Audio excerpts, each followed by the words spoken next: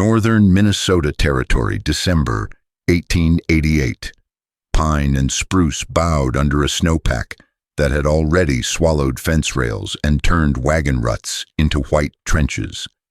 In the settlement of Cedar Ridge, people were doing what winter always forced them to do, counting their firewood the way a banker counts coins. And then Olaf Henriksen did something that looked like an insult to common sense. He began building a second structure around his log cabin, not a lean-to, not a porch, a full wooden shell set off from his walls by a wide, empty gap, like he meant to hide his home inside a larger one. Hammers rang in air so cold each ooter sounded brittle. Men slowed their steps to stare.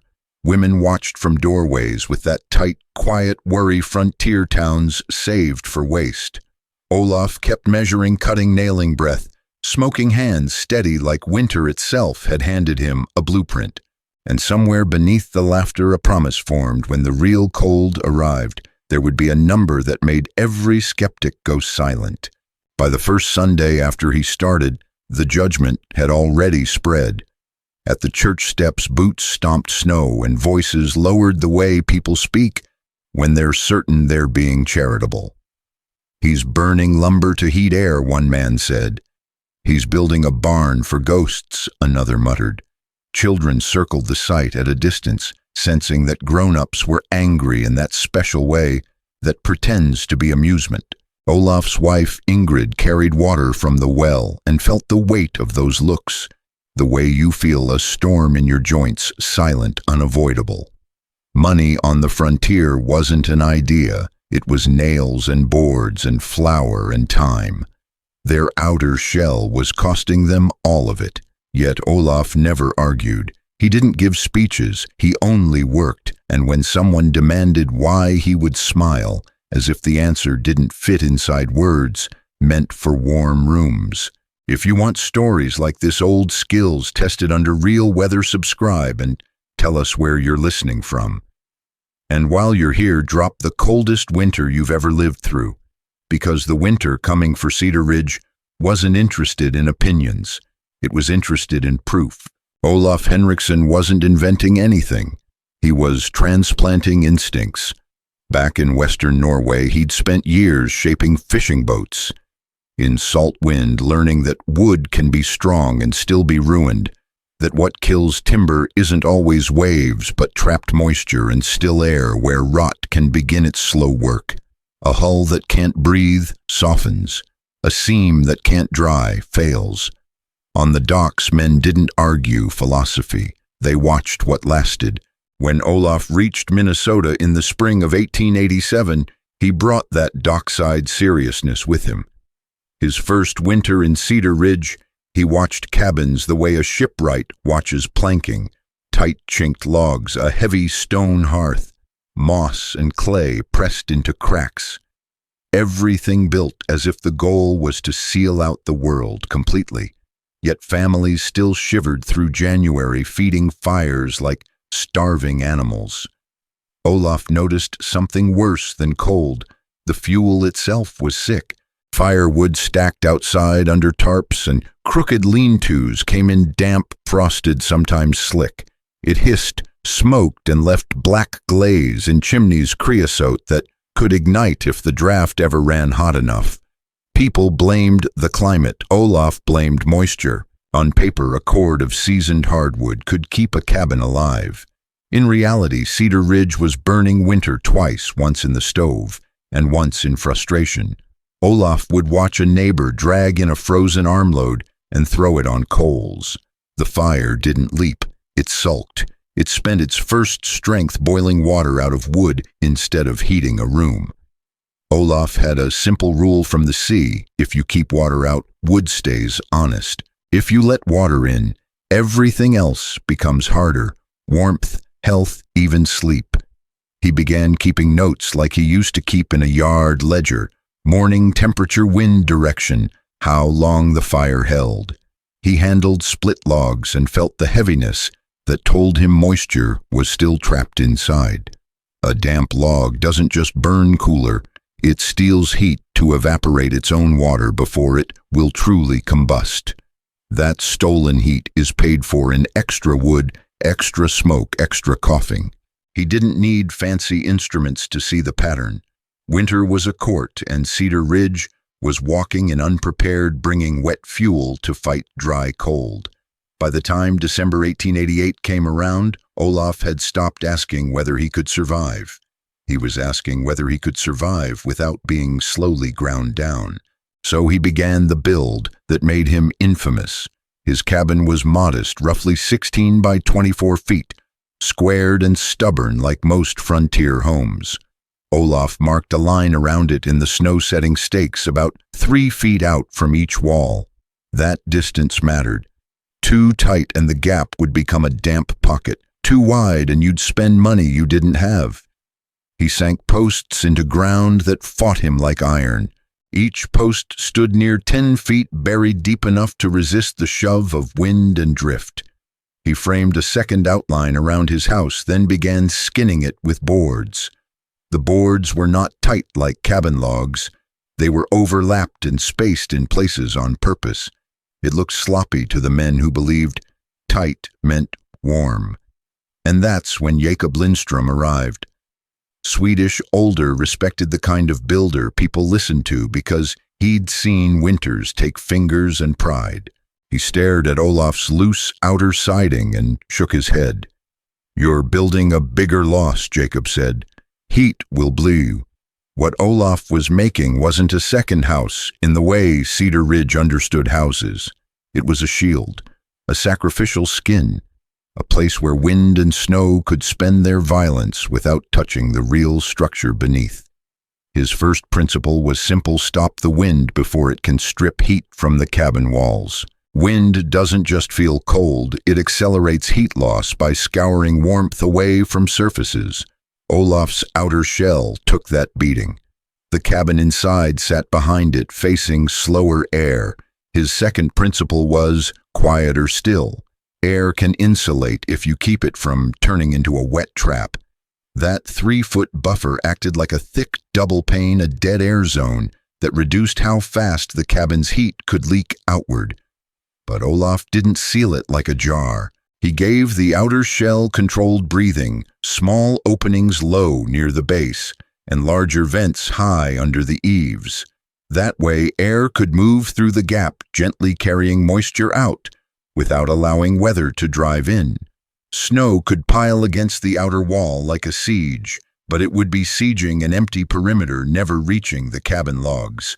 He extended the outer roof well beyond the shell-deep eaves that threw meltwater far from the foundation.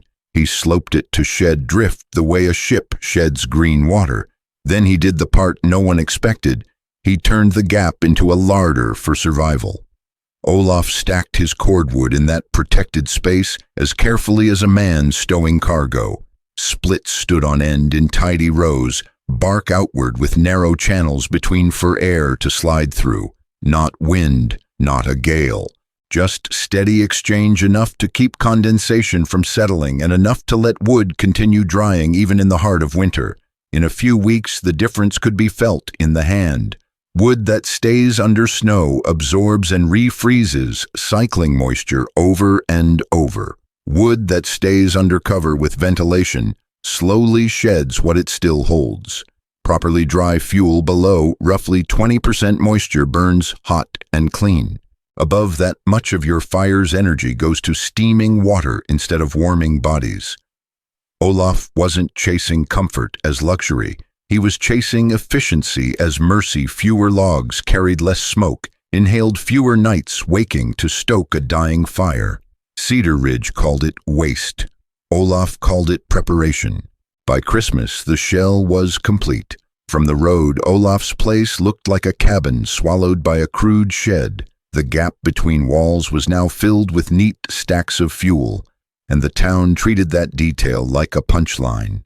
At the holiday gathering, Jacob Lindström held court with a pipe between his teeth and numbers in his head. He pointed out how much extra lumber Olaf had used, enough Jacob claimed to have built a smokehouse, a summer kitchen, or half a barn. A second respected builder, William Hutchins, added his own verdict: loose boards mean draft. Draft means cold. Even the minister spoke of stewardship in a sermon that landed like a stone. Ingrid endured it all with a quiet face that hid the math she could not escape. That outer shell had cost them dearly nails boards time that could have been spent hauling more wood or trapping more game. Some nights she lay listening to the cabin settle and wondered if Olaf had gambled their dignity for an idea that couldn't pay them back. Olaf never mocked their fear.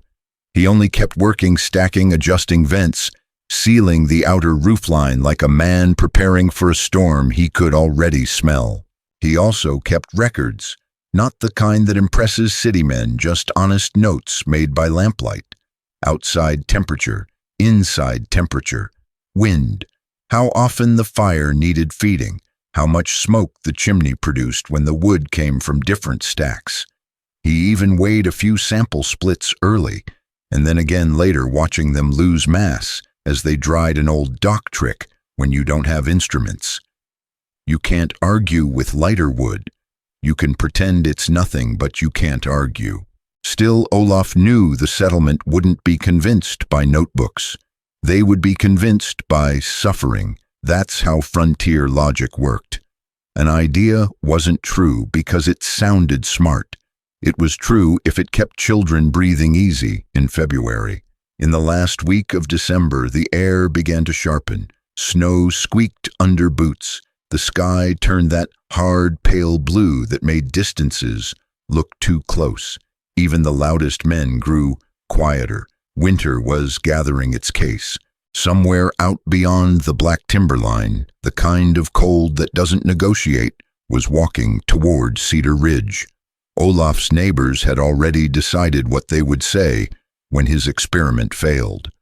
Olaf simply kept stacking dry wood in the gap as if he were stocking a lifeboat. January 1890 arrived like a door slamming.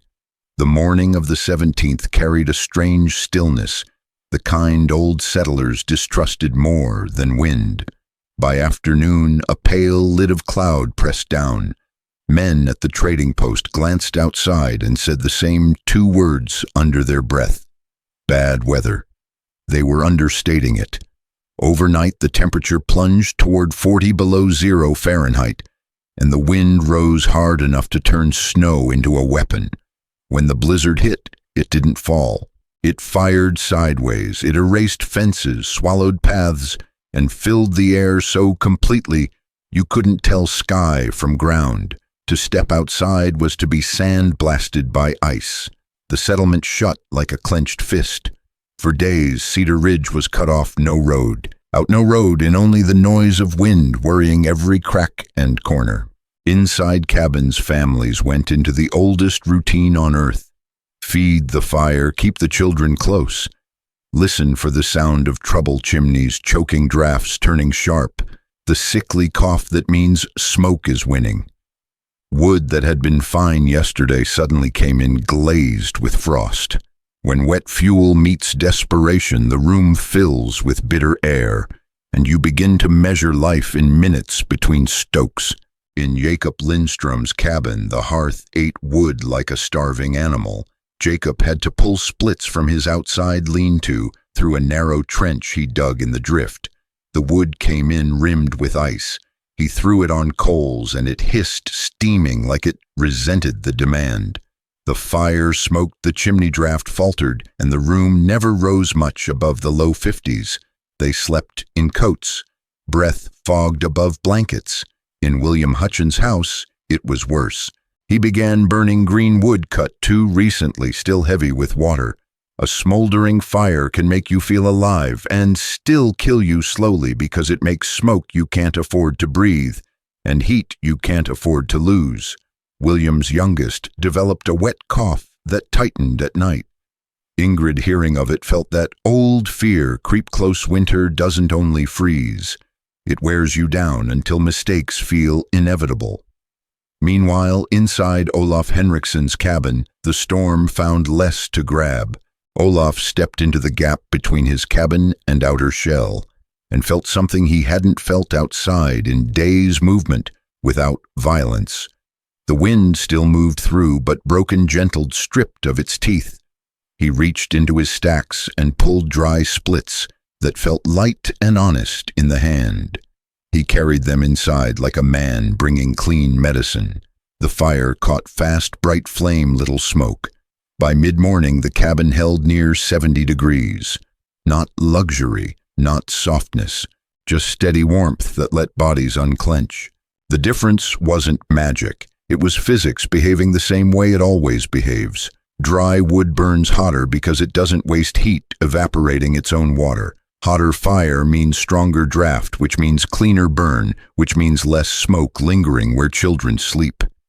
Behind Olaf's hearth sat stone that had been warming for hours, radiating heat back the way a sun-warmed rock does even after daylight fades. And because Olaf wasn't forced to stoke every 20 minutes, the room's temperature didn't yo-yo between barely and almost. It stayed stable enough for Ingrid to cook without gloves, stable enough for the children to sit on the floor and play without their shoulders locked up around their ears. On the second day, during a brief lull, Jakob Lindström fought through drift and wind to check on the Henriksons. He expected to find them suffering, or worse, to find Olaf too proud to admit failure. Olaf opened the door and warmth rolled out into the blizzard air like a visible thing. Jacob stood frozen in the doorway for a moment, not from cold but from disbelief. The cabin smelled of clean wood smoke, not bitter steam. Ingrid's cheeks had color. The children's faces were calm. Jacob's pride tried to speak first, but numbers spoke louder. This room was not surviving, it was functioning. Jacob's eyes went to the wood stacked near the hearth. The splits were dry edges, sharp ends checked with fine cracks that come from proper seasoning. Where Jacob managed, Olaf pointed toward the gap outside. "Protected," he said. "Air moves, weather stays out." Jacob swallowed. He had already burned through an alarming portion of his winter supply in 2 days. Worse, what remained outside was getting wetter each time he exposed it to drift and thaw and refreeze. In that moment, Jacob understood that Olaf hadn't just insulated a cabin, he had protected the resource that keeps a cabin alive. The shell was a system windbreak, drying shed, storage room, and protective jacket for the logs themselves. And then Olaf added something that landed like a second blow. "My walls stay dry too. No frost biting the seams. No rot starting at the base." Jacob looked around, noticing what he hadn't wanted to see. Olaf's interior felt less clammy, less smoky. The air was kinder. Jacob left with his shoulders bowed against wind and against the weight of being wrong. He said nothing to others yet. Pride is slow to thaw, but winter doesn't wait for pride. The blizzard did what blizzards always do. It forced the truth out into daylight. When the storm finally broke, Cedar Ridge emerged into a world reshaped. Snow lay in drifts up to eaves. Fences vanished. Some livestock didn't rise again, and many woodpiles still outside, still under tarps, were ruined by ice, not gone but compromised, frozen heavy, reluctant to burn. That kind of loss feels cruel because it isn't dramatic, it's quiet. It turns every future night into extra work. Olaf stepped out from his outer shell with his family, all of them tired but steady. His stacks inside the gap remained usable, dry enough to burn clean, sheltered enough to keep drying. He had consumed less fuel than his neighbors, and that fact spread faster than sympathy. Still, Cedar Ridge didn't become wise overnight. People needed more than a warm doorway and a man's calm confidence. They needed measurement, something independent, something they could point to when pride tried to argue. Jacob Lindström, the very carpenter who had mocked Olaf the loudest, became the unlikely instrument of proof. 2 weeks after the storm, he arrived at Olaf's homestead, not with jokes, but with a proposal that sounded like penance. "Let me measure," he said.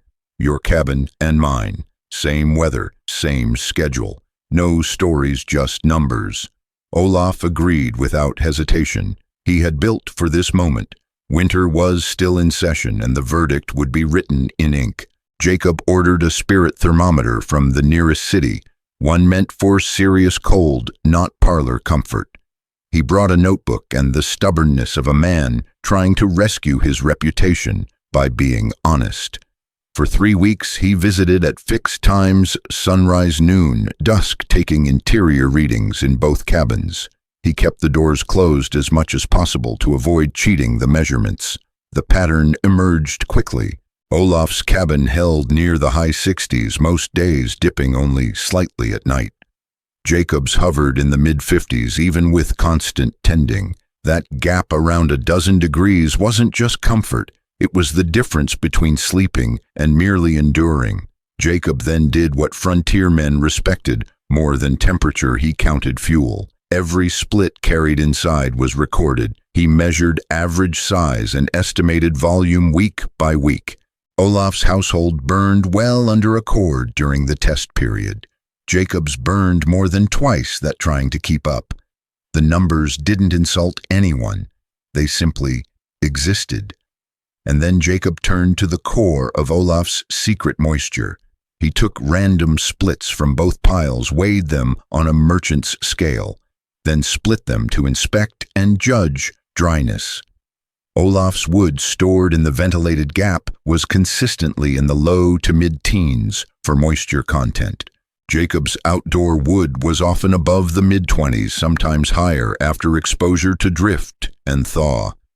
Jacob finally understood the hidden cruelty of wet fuel. You burn heat to make steam before you ever make warmth.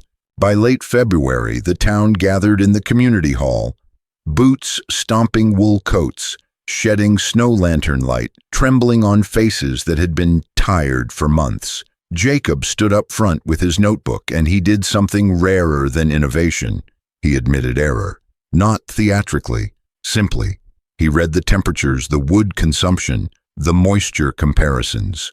He explained in plain language what Olaf had built: a windshield that reduced convective stripping, a dead air buffer that slowed heat loss, and a ventilated cavity that kept the primary cabin dry while letting stored fuel continue seasoning under cover.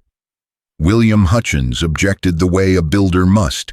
It still costs lumber. It still costs time. Jacob nodded and answered with arithmetic. At local prices, cordwood and boards, Olaf's shell paid back its cost in a few winters of fuel savings. After that, the savings continued. Every year the structure stood, but the room shifted when the conversation turned from money to lungs. A mother spoke quietly about her child's cough after days of smoky, wet fires. Smoke wasn't a moral failure. It was a symptom of damp fuel and poor draft. Olaf's dry wood burned cleaner. Cleaner fire meant less irritation, less night coughing, fewer mornings waking with throats raw. Warmth meant bodies could rest instead of constantly fighting cold stress. Winter wasn't only judging structures, it was judging the air families were forced to breathe. After the meeting, men approached Olaf the way men approach a tool they once insulted, careful, a little embarrassed, hungry for usefulness. How wide should the gap be? Where should vents go? How far should the eaves extend? Olaf didn't charge for advice. He treated it like seamanship. If one man learns a safer method, the whole harbor benefits. By spring thaw, several families had raised their own outer shells, some crude, some refined. The design began to spread first through Scandinavian households, not because they were smarter, but because they recognized the logic: protect timber, let it dry. Stop wind from stripping warmth, store what keeps you alive under a roof. Jacob Lindstrom became Olaf's loudest advocate, incorporating the double skin into new builds and retrofits. And if you've made it this far, subscribe for more frontier-tested principles that still hold up when weather turns honest. Comment where you're watching from and tell us, would you build an outer shell like this, or does it still look crazy until the first blizzard arrives? Because in Cedar Ridge, the laughter didn't vanish, it transformed. It became a nervous kind of respect the sound people make when they realize survival doesn't care how an idea looks. Within 2 winters, variations appeared across nearby counties. Some families built narrow cavities 2 feet when lumber was scarce. Others widened it into a true work corridor where tools could be repaired out of wind. Many discovered the bonus Olaf had quietly enjoyed all along, that protected space wasn't wasted. It became a dry workshop, a place to store grain sacks, harness leather, and anything ruined by damp. The primary cabin inside stayed cleaner, drier, less chewed by freeze-thaw cycles. Seams didn't ice up the same way. Rot didn't get the same foothold near foundations. A traveling agricultural agent eventually heard the rumors and came to sketch the method board's vents, eaves gap width, because Frontier Solutions were exactly what those bulletins existed to capture. In print, it looked almost too simple, a ventilated outer cladding, a drained and dried cavity-protected storage. But that's how the best survival engineering always feels after the fact. It doesn't announce itself as genius, it just stops problems before they begin. Decades later, builders would give it modern names: rain screen, ventilated facade, thermal buffer, pretending the concept was new because the vocabulary was new. Olaf would have shrugged at that. He would have said what the sea had taught him: wood lasts when it can dry. Houses are not so different from boats when winter is the ocean. Olaf lived long enough to see the judgment reverse completely. The same town that once whispered around Ingrid now asked her how she kept the air so clear indoors. The same men who had mocked air and empty space began defending the method to newcomers as if it had always been obvious. That's another rule winter teaches people: adopt what works and then rewrite their memory to feel less foolish about it. Olaf never chased credit. He cared about outcomes: warm rooms, dry fuel, fewer sick nights. His children grew up remembering storms as weather, not as siege. The shell around their cabin became ordinary in their minds, like boots by the door. Years later, when an outer skin was finally removed or rebuilt on some homesteads, builders often found the inner logs in remarkable condition. Less rot, less insect damage, less structural fatigue. Because the cabin had been allowed to live in a drier, calmer environment for decades. What began as a wasteful project turned into a quiet regional doctrine shield. The structure: ventilate the gap, store fuel under cover, and let physics do the work. You can't. Frontier life didn't reward tradition. It rewarded what survived. Winter didn't care whose grandfather built which way. Winter only cared whether your chimney drafted clean and your wood stayed dry when the world turned white. And that's the final lesson Cedar Ridge learned without anyone needing to preach it. Survival favors the method that can be repeated, measured, and relied upon. Olaf's neighbors weren't cruel.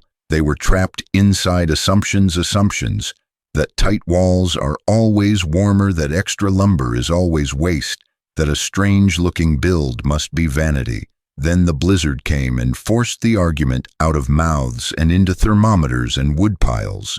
The verdict was written in degrees and chords and coughs that did or didn't linger in nights where children slept instead of shivering awake. The outer shell was not a monument. It was a system wind stripped away before it could touch the cabin. Still air used as buffer, moisture moved out instead of trapped in fuel protected, so it could burn the way fuel is supposed to burn. The frontier didn't crown Olaf a visionary. It did something more meaningful. It copied him, because copying is how hard-earned knowledge survives. Educational note: this story is a historical-style reconstruction inspired by real building principles. The physics described: air gaps, ventilation for drying, moisture control, wind reduction, and fuel seasoning are real and widely recognized in modern building science. However, modern construction must follow current codes. fire safety standards and local regulations, and should be designed or reviewed by qualified professionals for your specific climate and structure. This is educational storytelling, not engineering or legal advice.